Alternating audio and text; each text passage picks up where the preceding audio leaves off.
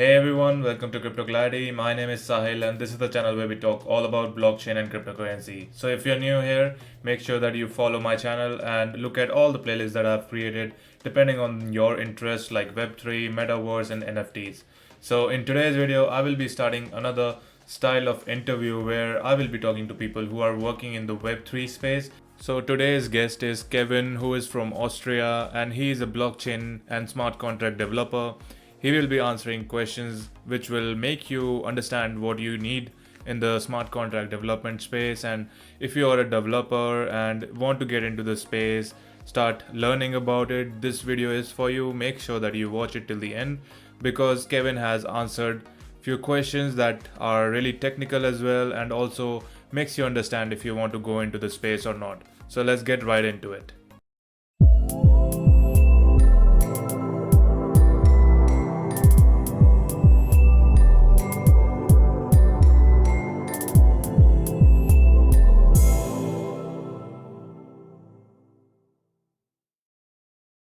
Hey Kev, how you doing, man? Hi Sahil, thanks for having me. Can't complain. What about you? I'm doing great. It's so nice to see you Awesome. here, mate. Thanks for We've having me. been planning this from a while, and Yeah, finally able to do this. yeah. As said, it's really a pleasure for being here. Thank you for taking the time, and I'm curious about where it takes us today. Yeah, definitely. For people who are watching, I want to let them know that Kevin is a smart contract developer, and I will let you go ahead with what you do in your day-to-day life and how you are into the Web3 space. You know, in the rabbit hole, doing doing what we are all doing right now. Mhm. So yeah, take it ahead, man. Yeah, sure. Thank you. Basically, I have a small company in Austria which specializes on smart contract and DApp development. It's called Wavect. Hmm. It's hard to pronounce, so it's always a little bit funny if I tell other people how my company is actually called. And I'm CTO of DebtRay, which is a company which analyzes and optimizes corporate debt, basically. So Hmm. it's more currently in the traditional finance sector, but aims to be in Web3 as well as many other companies right now. Yeah. And yeah, I'm working with clients from Boba, for example, which is a layer 2 solution, a optimistic rollup, basically, if Yeah. that is understood by someone who is Yeah. listening to this. I, Or I think a lot of yeah, people will understand optimism from the airdrops, and yeah, the famous perfect. people are waiting for it. A lot of them. Perfect. Yeah, Yeah, exactly. That's basically what I do on a day-to-day basis. nice. So how long you've been into Web3 space specifically, and as a developer, how long you've been doing it? Yeah, the Web3 space was much different a while ago. Basically, I got into crypto in 2017, 18, in the previous, I would say, cycle. Yeah, bull cycle. Um, yeah. Basically, I got approached at that time to join a decentralized identity startup, which I Hmm. did. Funnily, first time I got asked by the founder, I denied. I didn't Yeah, join because I didn't really understand it. yeah. And 6 months later, a friend of mine approached me, told me about an interesting blockchain startup. And I thought, I think because my friend was in many things at that time way ahead of me. Yeah. So I trusted him on that. And funnily, it was the same guy again. So that, yeah, So it got came me back in. around after 6 months, Yeah. and you had to join them, man. It was a offer of a lifetime, I think. uh, basically, the startup still exists, but it Yeah, was more of a learning experience, to be honest. A definitely. lot of failures and a lot of things that I got from this. Yeah, And I think the most important one was that I recognize that this space is something that is here to stay. to stay. And that's why I got down Definitely, the rabbit hole. you are where you are because of where you started. You know. For example, yeah, Yeah, exactly. Definitely, it's similar for me as well. Like when I started learning about stock market and investments, and I went into crypto, I'm like, this is my chance to Yeah, do everything, business wise, investment wise. It is something for our generation who a lot of people who are watching it will be understanding the same. Uh, yeah, Pretty crazy times, and obviously a lot of opportunity in the space. definitely. The less people understand, the higher the opportunity, basically, Exactly. right? That's right. Uh, that's amazing, man. It's good to know that you coming from that background and learning that while being in a startup is a big deal. Um, so I would ask, like, people who are watching, a lot of them would be interested in learning about smart contracts. And as myself, I know what programming is. I know the structures and all that stuff, but um, I won't know what smart contract does, and what are the prerequisites for it. People getting into the space who are able to create it. It's a necessary skill in blockchain technology, and I think you've been doing it from a while. So what are your thoughts on that?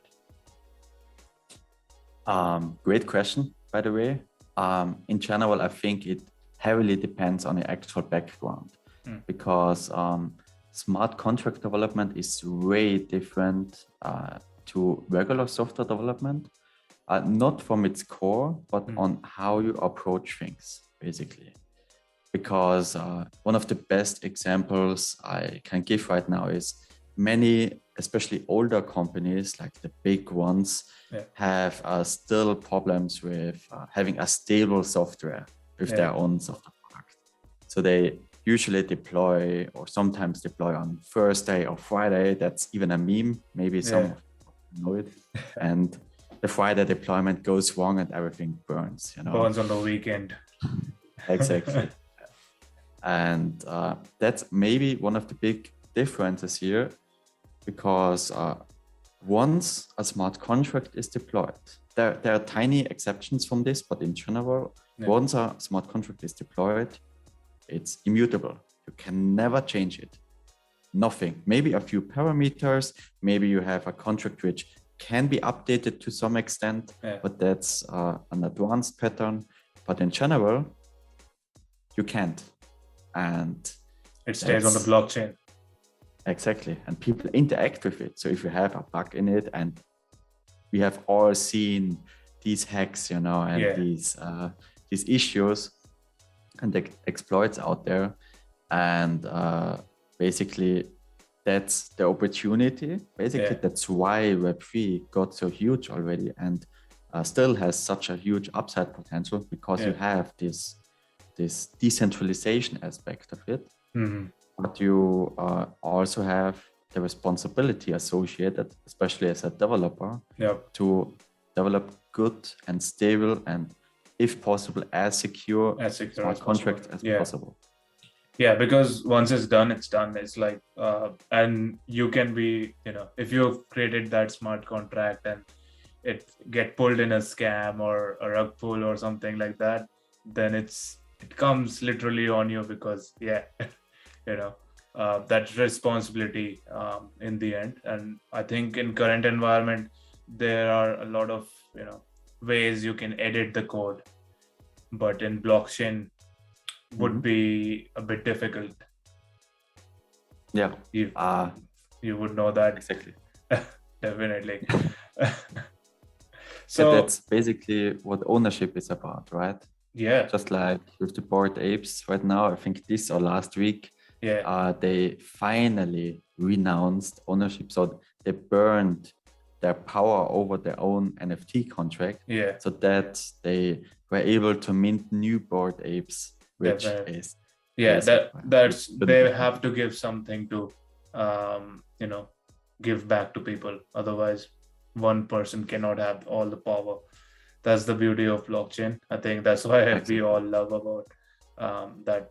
So another question would be, if I am getting into smart contracts and I'm trying to be a developer, So what should I look for first, and what prerequisites should be there in my skill set? In general, I would say, sure, everyone can start from scratch. It's if you are willing to learn, everything is possible. Yep. But you have to be aware that it's not the easiest way to start your programming career. It's as said, there come some special challenges with it, and if you get some first real world orders from real clients and you do something wrong, that can be a huge issue for you as a person and could create a lot of damage early on. So in general, if you are motivated enough, sure, please do it. And based on that, I would say to start with smart contracts and DApps that are associated or talking with smart contracts, you should basically start making you becoming familiar with test-driven development, for example, because by developing, that's basically the process of building automated tests into your project, basically, which gives you a certain security to test out certain functionalities and to be sure that that works at least in that expected manner. And that makes things much better and should be standard for all smart contracts. And that's the first print. I kind of get an idea. It's more about, getting a test environment for yourself first, and then, learning from that rather than going into a job and saying that, oh, I know how to develop a smart contract, and straight away, it depends. You can test for months if you have a good deadline, which is, we want to launch 6 months from now, and you say, I developed some smart contracts on my own, I tried a little bit, and sure, at some point you have to start. So it's completely fine.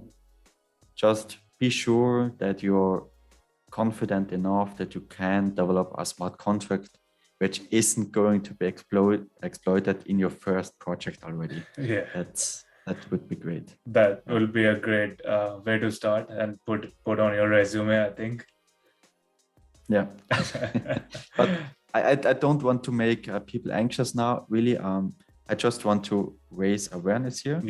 But in general, it's not the most difficult language. It's not that it's impossible. You just need to get your hands dirty, try to understand the underlying technology a little bit, because that helps you understand the mechanics of certain things. When something doesn't work out, what possible security issues might become or be. And if you do that, I think you're on a great way. From that, I would, another question came up in my mind. As you know, blockchain trilemma, the classic decentralization, security, and what was the last one?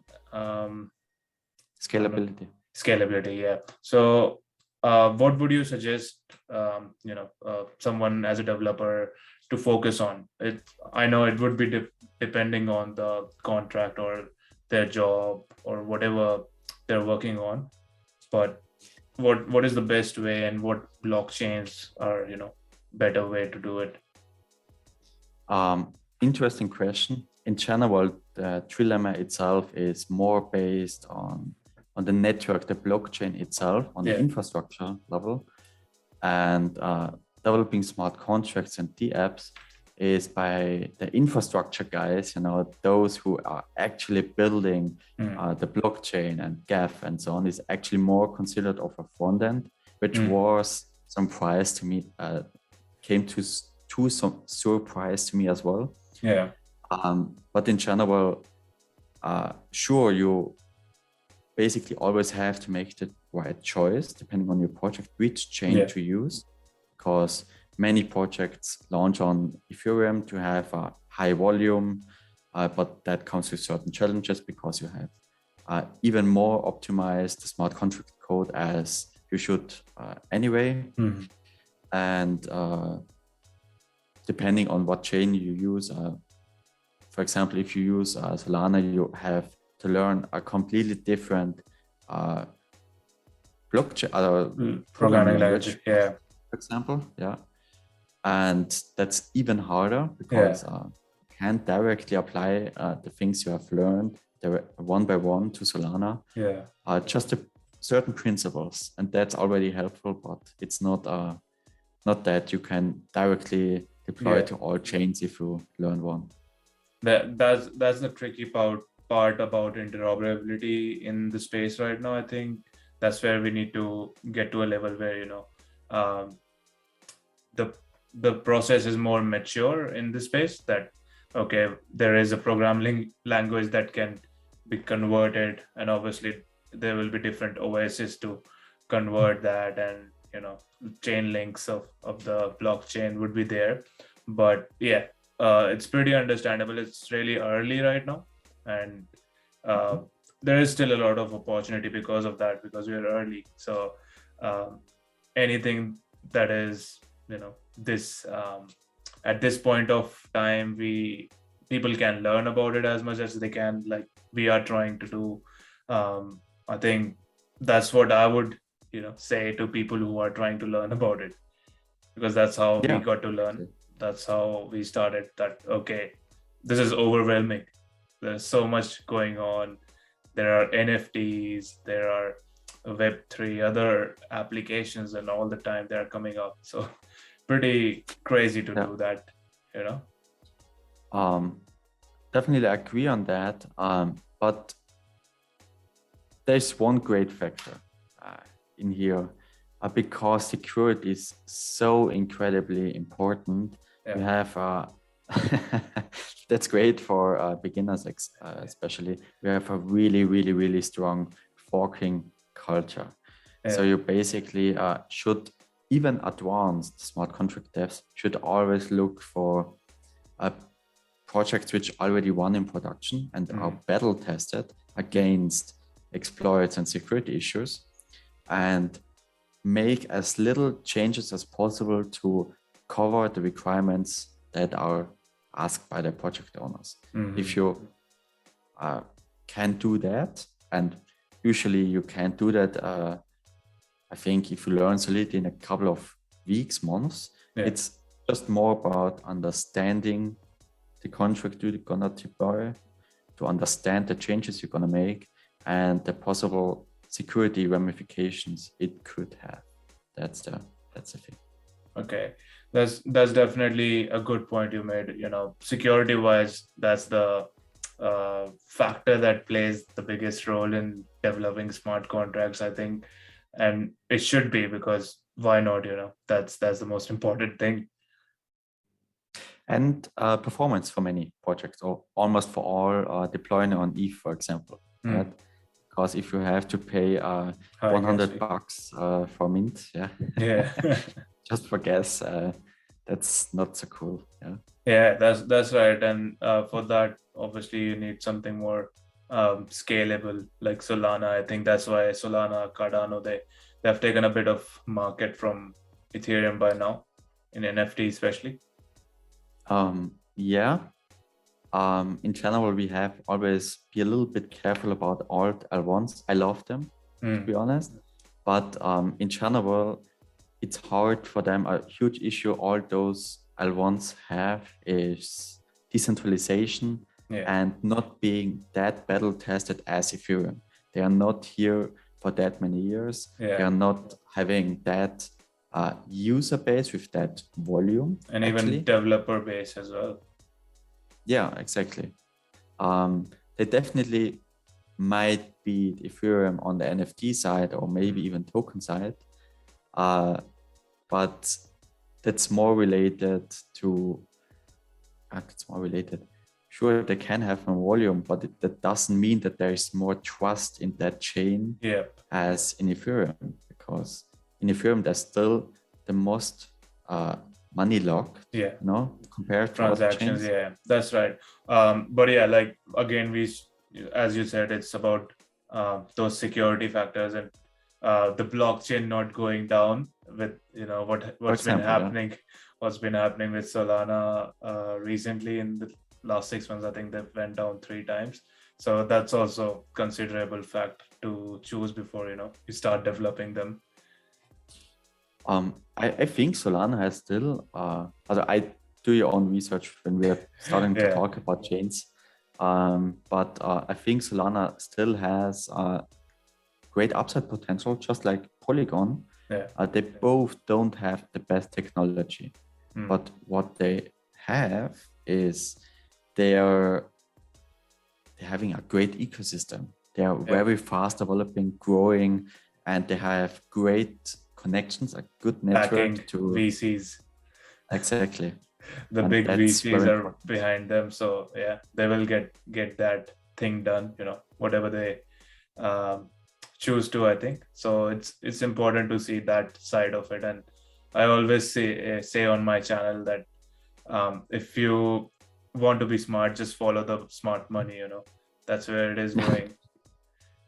Usually, yes. Yeah, usually yes. It's not the headlines that we see that okay, the market has crashed and this and that, but behind the scenes what is happening is the capital has been allocated to all these projects, and they will come up in next few years. And obviously again there will be a boom, like people will be seeing that NFT space that happened last year, DeFi before that.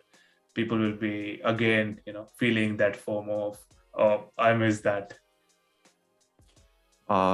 Yeah, I think so too. But the cycles, Yeah, the they cycle might keeps get on. smaller. Yeah, Yeah. exactly. Well, amazing. I think that's all from my end, Kev. It was great meeting with you, mate.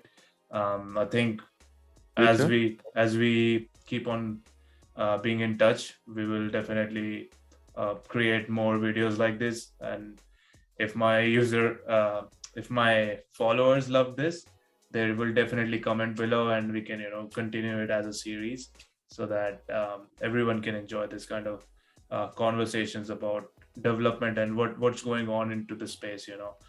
That's what the real value is for uh, my followers, because I see bringing in people like yourself, that is where you tell people that okay, there is a lot of stuff happening in crypto and blockchain space. Yeah, definitely. Yeah, in general, maybe 2 minor ads just to make it complete, Yeah. because I don't want to have the comments Yeah. below there. Use Open Zeppelin. If you don't know what it is, Google it, because you will need it for Yeah. sure if you start small contracts. And always recommend independent security audits. Yep. So it's to make it more complete. That's important. Yeah. Awesome. I'll put that in the description for people. Good. Thanks for that, Okay. man. It You was too. great talking to you. Have a good one. Likewise. Thanks, Bye. man.